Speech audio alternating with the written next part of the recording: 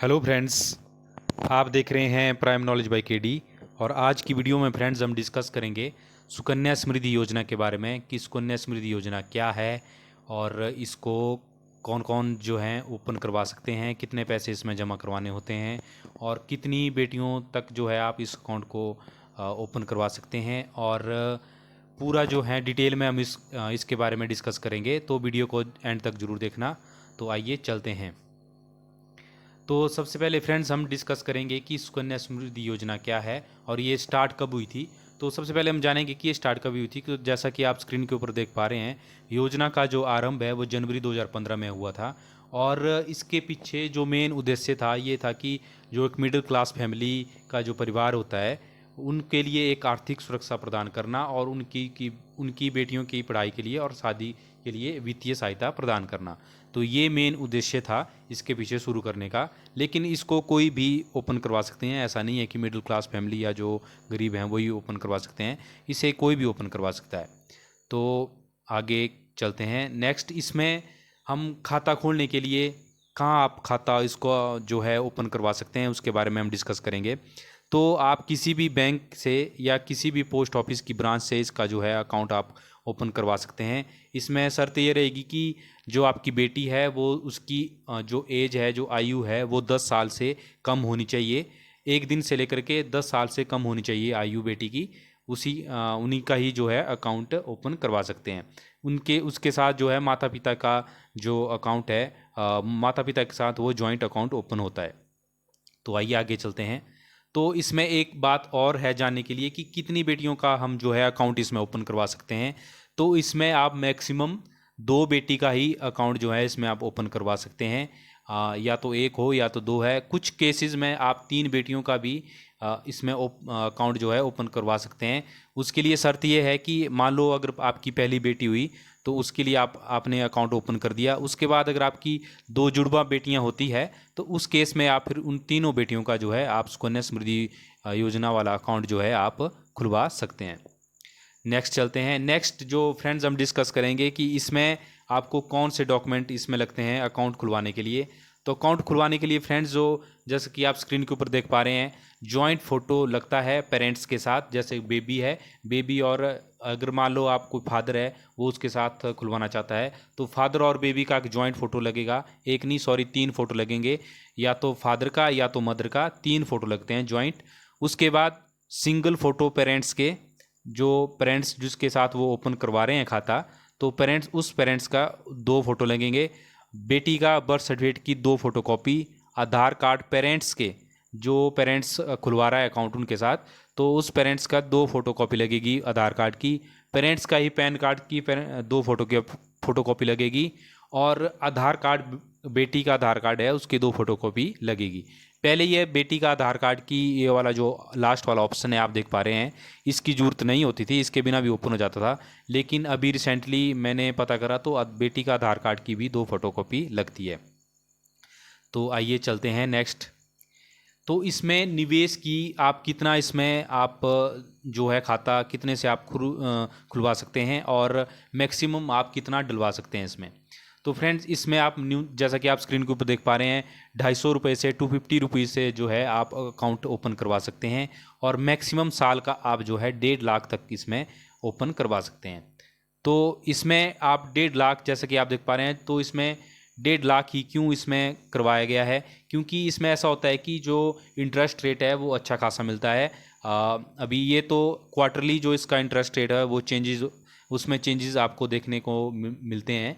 जैसे कुछ basis point जो हैं, जैसे 10 बेसिस पॉइंट या 20 बेसिस पॉइंट, ये ऊपर नीचे होता रहता है। लेकिन इसमें कभी 9% के पास या 8.5% के पास जो है, जैसे अभी 8.20% जो है इसके ऊपर चला हुआ है।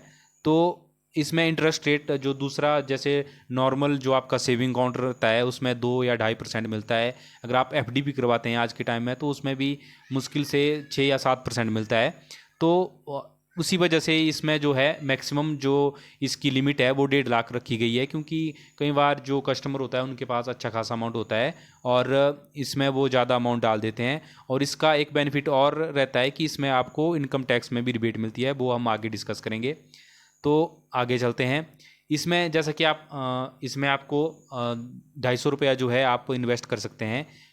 और उस केस में ऐसा है कि एक ये जो 250 रुपया है 1 साल के भीतर है। और इसमें एक और जो ज़रूरी बात ये है कि इसमें आप 50-50 रुपीज़ के स्लैब में आप पैसे जमा करवा सकते हैं। जैसे आप ऐसा नहीं है कि 330 रुपये आपने जमा करवा दिए या 1130 जमा करवा दिए या 5330 रुपये जमा करवा दिए या 320 रुपये जमा करवा दिए, ऐसा नहीं है। इसमें आप 50 के बेसिस पे, जैसे मान लो आपने जमा करवाने हैं तो 3550 आप जमा करवा सकते हैं या 1050, ऐसा करके जो है आप पैसे इसमें जमा करवा सकते हैं।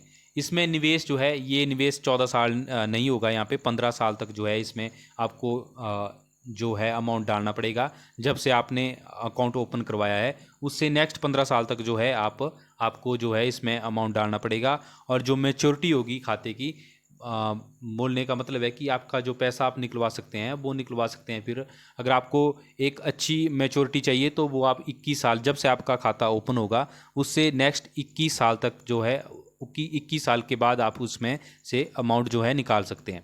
लेकिन कुछ रेयर केसेस में, जैसे मान लो बेटी की शादी है जो कि 18 साल के बाद ही हो सकती है, तो उस केस में आप अपनी जो आप सुकन्या समृद्धि वाला अकाउंट है उससे आप पैसे निकलवा सकते हैं। लेकिन उसमें भी कुछ टर्म एंड कंडीशन है कि जो मैरिज होगी आपकी उससे 1 महीना पहले नहीं निकलवा सकते, मैरिज वाले मंथ में ही आप निकलवा सकते हैं। और नेक्स्ट जो 3 मंथ होंगे आपके मैरिज वाले, उसके आगे वाले उसमें आप निकलवा सकते हैं। फिर उससे 3 महीने के बाद आप पैसा जो है नहीं निकलवा सकते।